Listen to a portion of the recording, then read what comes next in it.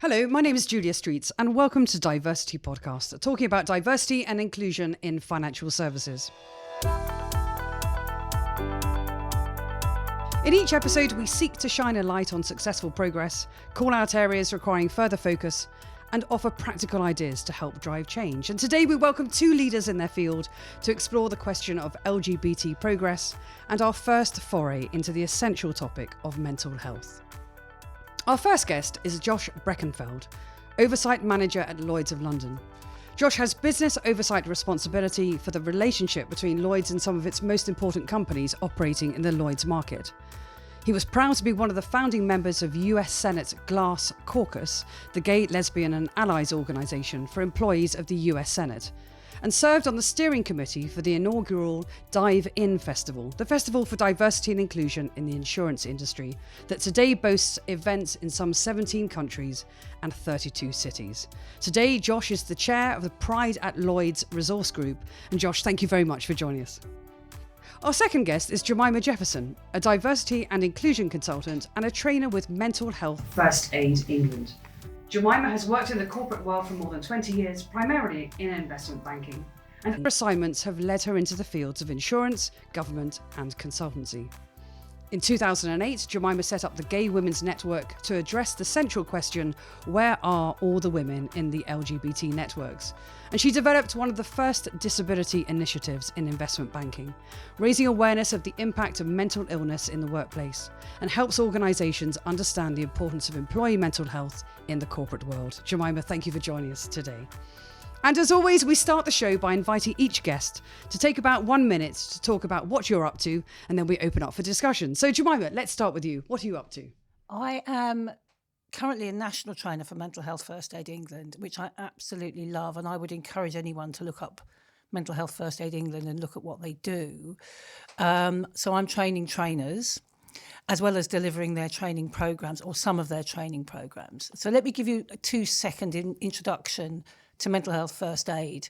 It was started in Australia in 2001 by a wonderful lady called Betty Kitchener, who still oversees the programs delivered in over 25 countries around the world, and is now was set up in this country in 2007 by a branch of the NHS, I think.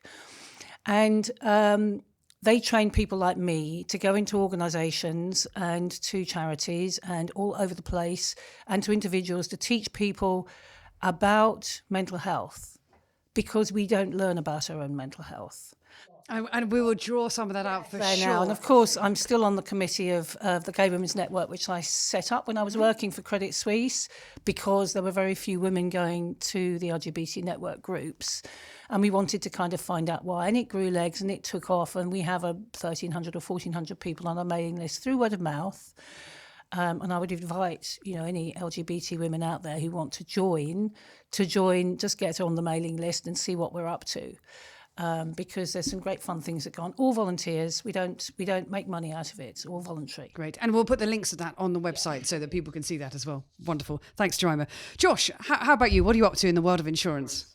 Thank you. So in the world of insurance, Lloyd's Insurance Company, that is the company that oversees the Lloyd's insurance marketplace, really plays two roles. The first of which is what we're doing as an individual company, getting our own house in order. So making sure that we have our resource groups up and running that are focused both on LGBT. We also have one for gender. We also have one for workability. And we're also setting one up for parents and families as well. So demonstrating best practice when it comes to setting up those groups. And then also having a look at our own policies and procedures. And again, using advice that we've received from other industry experts as well as other industries themselves. Now, that's just the corporation itself. But I think the real impact that Lloyds has is as an industry leader. So Lloyds of London is instrumental in setting up the Inclusion at Lloyds group, which is comprised of members from around the marketplace. And again, keeping in mind that there's about 100 companies operating in the market, this is really the diversity and inclusion steering group that acts as the fulcrum of change in the entire insurance industry. And that has been something that we have taken great pride in setting up and participating in. So let's get straight into that. We're going to talk about, the world of insurance, and it's not necessarily doesn't necessarily have the most progressive of reputations.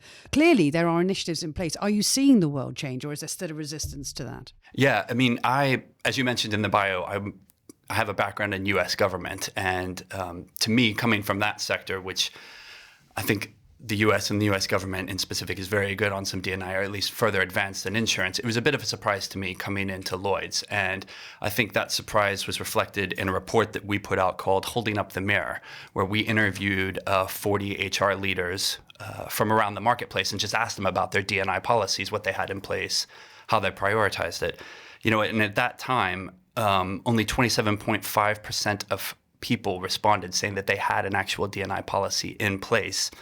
And 80% of them said they had no steering group or working group that sort of guided D&I policy within their company. So that's a pretty strong number. But I think those numbers in that report, which came out in 2016, is a baseline. Mm-hmm. And I think, to your point, there's been a real boon of activity, and we're seeing more people get involved. We're seeing more resource groups come up and starting. I think some of the things that's driving that change, certainly from our perspective, is leadership. So in that same report, we had 65% of respondents say that their senior leaders get the importance of D&I, and that is a very strong point. And certainly with Lloyds of London, we have our own champion, Dame Inga Beale, I should say, who has really, as a first woman CEO of a 327-year-old institution, has really been at the forefront of driving change. And so you see that leadership really taking a hold of D&I and wanting to progress it forward. I think the other reason why you're seeing the insurance industry come alive to this is the industry itself is under pressure from external forces. There is modernization techniques and technology that is driving products closer to the client. And insurance has never really had to be close to the client. And so as an industry now, we are realizing that we need to look and feel and sound like our clients across the table if we're going to weather the storm of modernization and come out on top of it. And the whole field of insurtech, actually, and we have sort of, fintech, regtech, insurtech is growing very fast. And Jemima, from your work across other sectors and thinking about what Josh had just said about leadership, where do you see most corporate initiatives are focused or needs to focus on? I think now I'm on the outside, looking back in, I have a level of disappointment for what organisations are actually achieving. And although there are many organisations out there, many companies out there, I could name some, EY is one, that is doing huge, fantastic work, not just around diversity generally, but around mental health, which is my passion. However, the change isn't happening. The change is not happening. The change is not happening fast enough. There are still very few ethnic minorities in senior positions, let alone women. The LGBT community can tend to do better for all sorts of reasons, but it's depressing that young gay and lesbian people coming out of university go into the big corporates and go straight back in the closet, having been very active in the community at university, because the corporate environment very often is not open, welcoming and friendly, or it doesn't feel like that when they get there. So the lived experience of individuals within organisations often doesn't reflect the good work that is being done, very often very good work being done by senior managers. And if I ruled the world, I would turn the way the world of work works around so it works for everyone, because it was set up at a time when by white people, by men who were in control of everything, including owning their wives, who were at home and staying at home. And the world of work works really well for straight white men because it was set up by them. And so if you're going to change it so that it works well for everybody else, you need to change how it works. And some organisations are starting to approach thinking about that, but it's really hard to do that in isolation. So the big thing that comes out from what you were saying there, Jemima, is there's clearly and also building what you were saying, Josh, about, there's leadership and an expectation for change. There are industry dynamics coming around, but the reality isn't shifting. So if there are young execs coming in, and as you say, particularly LGBT execs are then going back into the closet, the big question that comes to my mind is how do we drive that change, and how do we accelerate the pace of change? Yeah, I mean, I think the point is valid in the sense that a lot of companies see the easy, quick fix is the recruitment issue, right? So you do some unconscious bias training, you eliminate photos from CVs, you sort of get the talent pool wider, and you have the folks that fit the spectrum that you're looking for coming into the workplace. And then as soon as they get there, they're greeted by a culture which doesn't support the recruitment process they just went through. So the hard work, the graph, is changing the culture of these corporations. And one of the ways that I'm seeing it successfully happen is by small incremental chunks where you're constantly widening the tent to get people understanding that D&I is not a gay thing. It's not a minorities thing. It is something that touches on each of us and how we can better bring our authentic selves to work. And how do you do that? Is that about having kind of further working groups? Is it about, I don't want to put words in your mouth, that's why I'm hesitating. No, I think the first rule book, certainly the one that I play off with, is there is no rule book and there is no roadmap. I think people come into the D&I space and think somewhere there's a golden tablet that tells me exactly how to do this perfectly. And if I just follow these steps, we're going to be A-okay in 2.5 years. And that's just not the case. The space is constantly evolving. Mental health is now coming into it where it should have been the entire time. And so people are learning and talking about what it means to be diverse and what it means to be inclusive on a much broader scale. And that's how you do it. You've got this permafrost of middle managers, these, folks that have worked in the organization for 20, 30 years and said, well, none of this impacts me. None of this is me. When in fact, suicide rates among males are higher than it is for females. And once you start incorporating that into the conversation, lights start clicking. And again, that doesn't take a lot of money and that doesn't take a great deal of strategic planning. It takes broadening the tent and listening to what other people want to bring to the conversation and incorporating that. You can do that through your resource groups. You can do it through lunch and learns. You can do it through, show and tell exercises. All of that sorely chips away and erodes this culture that young executives find when they come into companies. And Jemima, you were nodding along to some of that, and thinking around that. Clearly, there's the mental health point, particularly. I mean, from your experience, do you have lots of practical ideas about how you can engage an organisation to get through that permafrost layer, to get those kind of those that middle management male predominant layer thinking differently? Well, I was, just before I answer that, I was smiling because you reminded me, Josh, that in 2004, when I got my first proper diversity manager job, us diversity managers in investment banking, many of whom are still there and still doing fantastic work, all thought we would do ourselves out of a job in 5 years. And it's so funny to look back now from 2004 to now. And I think the key is all of those things, Josh, that you've been saying are great. However, the people that come to all of those things are not the people you need to get to.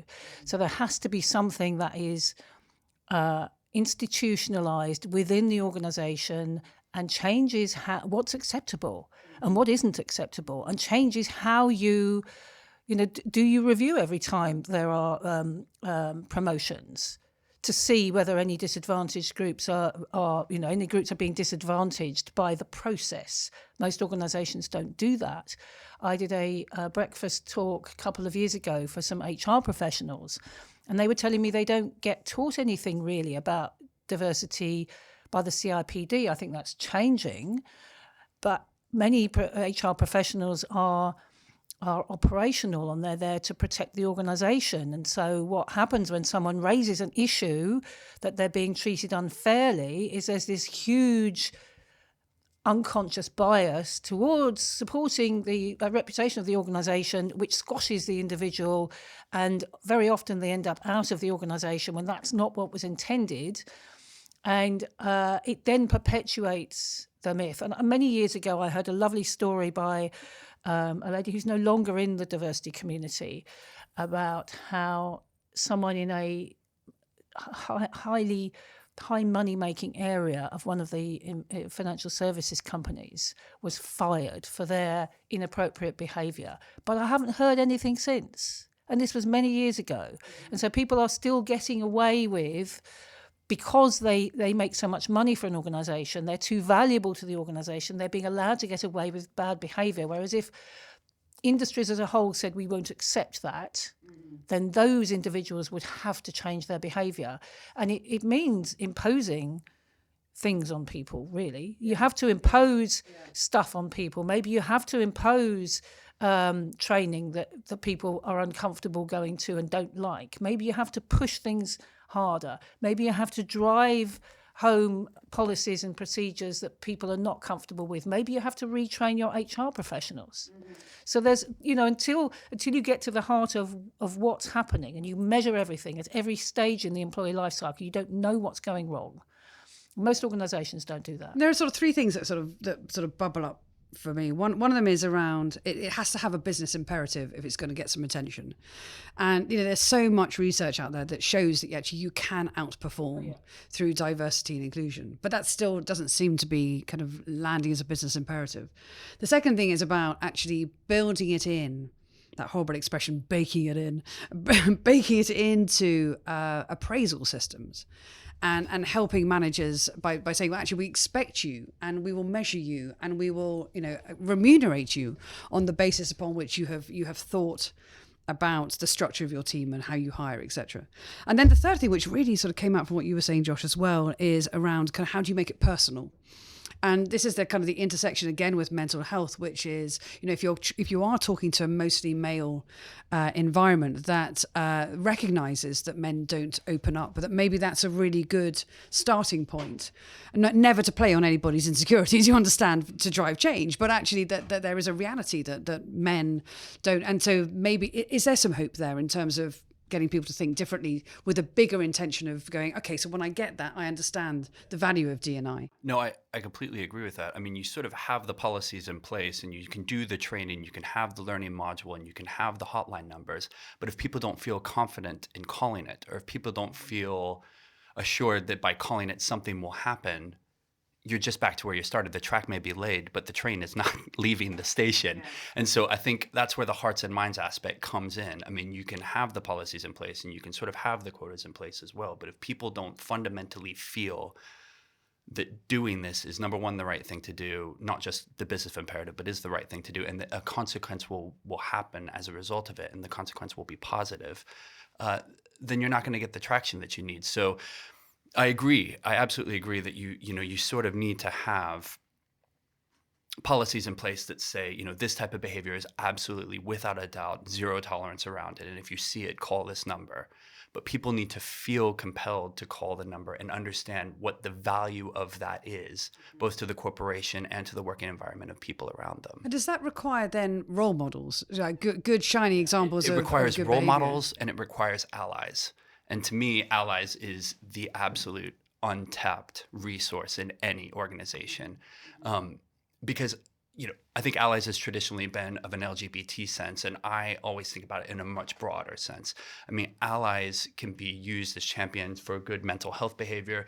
They can be used to spot out, any sort of discriminatory behavior against, really anything.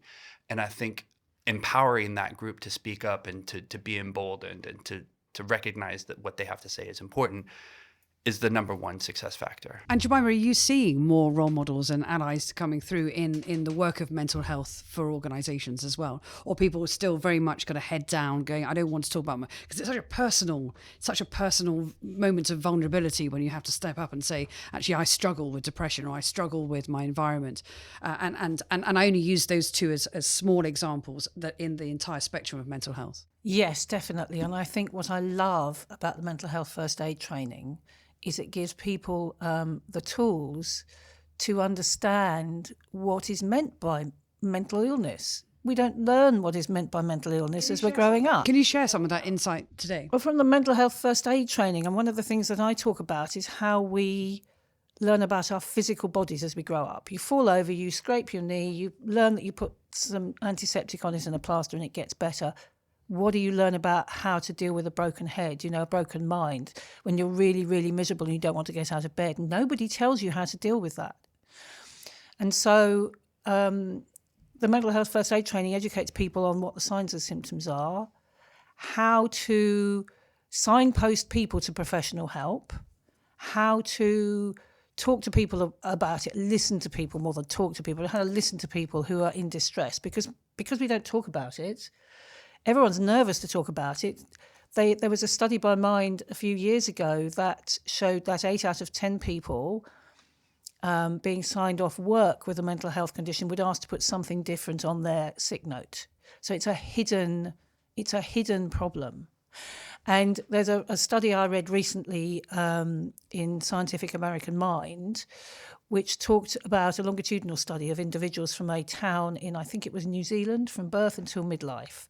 And they went back every year or every 2 years and assessed the individuals as to whether they met the criteria for a diagnosis of a mental illness. And over 80% of people did at one point. Now, if over 80% of people are meeting the criteria to be diagnosed with a mental illness at one point up to the age of whatever it was, 40, 45, that probably indicates that almost everybody will meet the criteria at some point in their life. And yet it's something that is ignored, people are afraid of. And I think originally your question there was about role models. And yes, there are more role models coming forward. There are more senior people coming forward and going, I have been dealing with depression all of my life, and now I'm going to talk about it. And one of the lovely things that happened when I was working on this at Credit Suisse is there was a fantastic woman there who had been diagnosed with bipolar, which is where you have periods of depression followed by periods of mania. And she was very good at noticing when she was going into the depressed phase. So she would take herself off to a psychiatrist and ask for additional help. She never noticed when she was going into the manic phase. So she sat down with her team and she educated them about the illness and the condition and asked them to tell her when she was going into the manic phase. And so people like that, she came and talked to people at Credit Suisse about this and brought a psychiatrist in to talk about it. It was a fabulous session. And I think those things are and people who are prepared to talk about it like that really raise awareness, as well as people like the people know like Ruby Wax and Stephen Fry. They're really raising awareness of the impact of mental illness on everybody, and also what we can do to look after our mental health, our own mental health. And in the hard, cynical truth that is financial services, which is altruism is one thing, but actually it's about business, it's about performance. Is, to my mind, this all comes back to a really important role in creating high-performing teams. And if you understand the makeup and the structure, we've had all of these, the personality tests, and we've had the, kind of predominant kind of behaviours, etc. test. This is part of the human fibre and human nature of people who come around and work together in an organisation. Is the world beginning to see it a bit more like that, or is that too hard-headed business, given this is about mental health and it is about human beings? I think they are. Once people are educated, they understand that a mental illness is just like a physical illness. If someone has diabetes, you're not going to fear for losing your job because you're a diabetic. Whereas if someone has been diagnosed with depression, they fear losing their job because of the stigma associated with mental illness. And yet,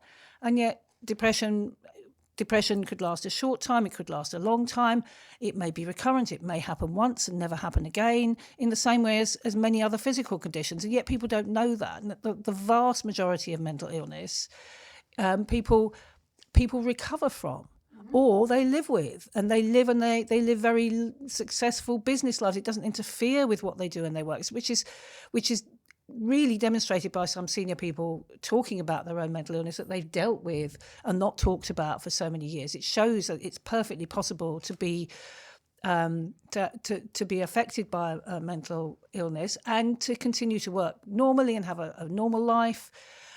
Just a shame that it's only now that people are starting to feel comfortable talking about it. And yet, actually, in business over decades, hundreds and hundreds of years, some of the most impactful leaders have been kind of defined as being utterly brilliant, slightly for their madness. Yeah. And I'm really not being trite when I say that, but it's like kind of the world looks at it in a brilliant sense, but actually when you begin to unpick that in terms of personality types and ways of looking at the world, actually that's an extension of how that reflects day by day, minute by minute, how we live our lives in a corporate environment. I think there's some of that that's actually somewhat damaging, because you have all these senior if you're if you're a quote unquote normal person going to work every day, you look at these leaders who are both manic and brilliant at the same time and you think, well, that doesn't apply to me. But yet, if you have a line manager who says, you know what, I need to take a day off. Been a lot of stress. We hit the deadline. I just need to take a day off. To me, those are the individuals that I think should be a role model. Having line managers just speak up and say, look, I'm taking the day off because I just need to have a day where I fold laundry and don't do anything else. That is what is going to impact people, because that is relatable. You speak about 80% of people qualifying for some amount of mental illness. I mean, that speaks to volumes of people that have, something that it's just the once in their life, or maybe it happens reoccurring, but finding the people who are dealing with it on a day-to-day basis in a way that's relatable, to me, is a much more impactful way of doing it. And I think we're seeing line managers step up in that way, putting in the out of office, I'm out of office for today, and telling your staff what today means. To me, that's where the impact is. And the reason why. So that marks a perfect moment to turn to Cynthia and Robert, who have been on the lookout for research to support today's discussion. A Financial Times article from earlier this year shared the findings from a survey carried out by the charity Stonewall. The results from the survey were worrying. Half of the trans employees surveyed were so afraid of discrimination at work that they concealed being LGBT. And, alarmingly, 1 in 8 have been physically attacked by colleagues or customers. The 870 trans or non-binary respondents in the survey reported a range of attitudes from their managers, including hostility and bullying that had led them to self-harm, having suicidal thoughts, or quitting their jobs. Financial services has the highest percentage of absences due to mental health, according to a recent article in HR Magazine. The research was carried out by Advisor Plus, with records of more than 250,000 employees. It shows that since 2013, almost 34% of absence days in the financial services sector have been due to mental ill health. This compares to 24% of absence days in the retail sector and 22% in utilities. It is important for businesses to create supportive cultures and policies around the area of mental health. So thank you, Cynthia and Robert, and always links to the references and research can be found on our website, DiverCityPodcast.com. And do remember that's diversity with a C, not an S. You can also sign up for early notifications of future episodes, and please do follow us on Twitter at DiversityPod. You can find us on all good podcast channels, and if you've enjoyed the show, we'd really appreciate a rating. It all helps promote the episodes. So one of the things I've been sort of thinking about as we've been talking, one of them is around, you were saying, Jemima, about a lot of young execs going back into the closet when they come out.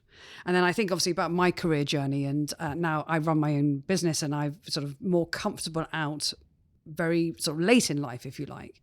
But I spent a lot of my time in my career thinking, please don't ask me about my weekends, please don't ask me about anything personal, and just kind of keeping those barriers up.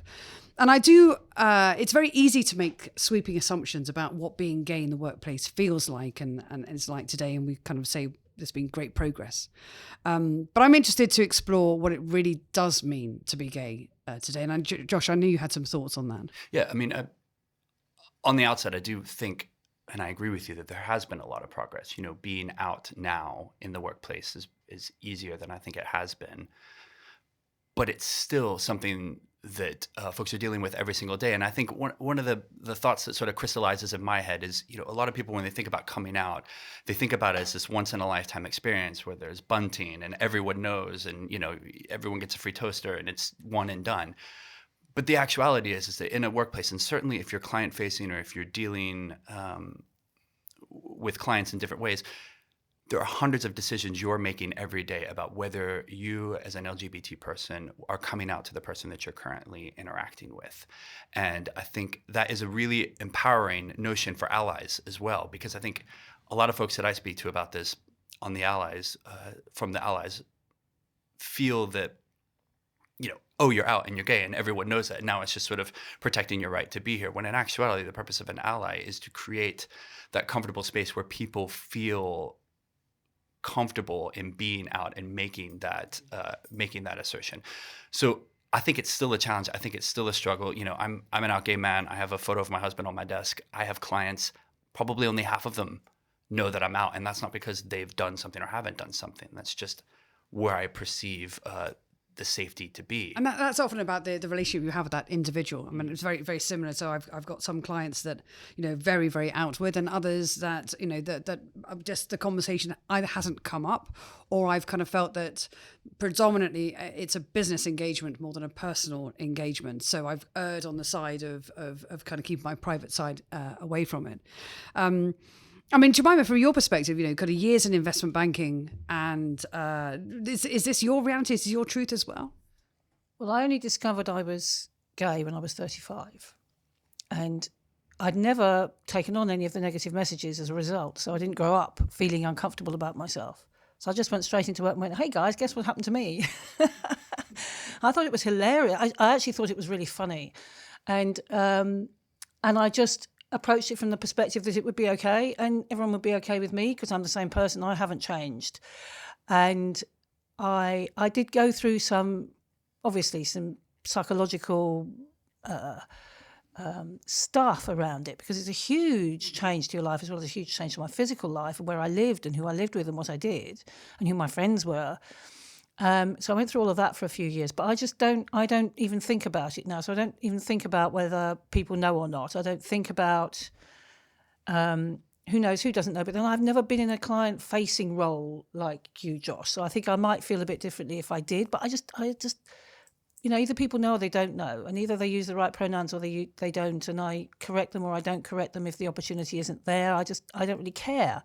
Because it's me they're interacting with. So what advice would you give some of these young execs coming into the corporate workplace, particularly in financial services, and thinking about, if they haven't got the confidence, if they haven't got the tools to then correct people with pronouns, etc., and to do that, any advice you'd give? They shouldn't have to have the confidence. The environment should be welcoming for them. That's the wrong way. That's the wrong way to think about it. The environment should be there, and if there are people walking around the organisation or with all the rainbow lanyards, then they will feel comfortable. But for a lot of organisations, that's just not happening.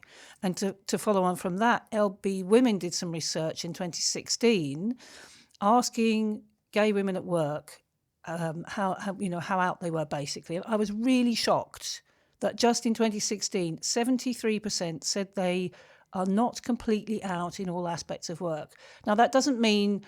Now, being out at work for me doesn't mean everybody in the whole organisation knows. It means you're comfortable with yourself, and if somebody gets it wrong, then you'll correct them, or you won't. But you're comfortable with that, or there isn't an issue. So if 73% are not out at work, 73% of those women are not feeling comfortable to be who they truly are at work. I was really shocked with that. And I absolutely agree with that number. I mean, I think that's probably an accurate representation. And again, it comes back to the point that you made. It's not necessarily the individual's ability to stand up for themselves. It's also about what is the corporate culture feel like for them as a place of comfort. And, I am not obsessive about making sure that every single person that works in my organization that is gay is out. That's not my role, and I don't want to know, and I don't want to have a list necessarily, although I do want to know tracking from a percentage because I think it's important to monitor. But you want to have a culture where people feel empowered to be themselves. And if they choose to be out in the workplace, then they should have that as an option that comes without consequence and also comes without regret or remorse. And that is what we should be building towards. I think you're spot on with that. Mm-hmm. And I think coming back to this whole point about, it is about bringing the best of people around, and because there is a commercial intention here, and it's commercial intention that will ultimately drive change from the top and through the middle management layers who have to think very differently. And the power of allies and role models is incredibly important. And I think it's been a fantastic discussion. I just want to thank you both very much for taking the time. Josh and Jemima, thank you. It's been an absolute pleasure. It's been great, thank you. This episode of DiverCity Podcast was produced by me, Kieran Yates, on behalf of Julia Streets Productions. Thanks to Cynthia Akinsanya and Robert Pinto Fernandez for their insights. You can find out more about the guests on this week's show on our website at DiverCityPodcast.com, and that's diversity with a C, not an S. Whilst you're there, you can also sign up to our newsletter for all our latest updates. To be sure of catching all our future podcasts, subscribe to our feed in iTunes or your favourite podcast app. And if you've enjoyed this episode of DiverCity, remember to give us a rating or review in iTunes. It all helps promote the show to a wider audience. Finally, our Twitter handle is @DiverCityPod. Thanks for listening.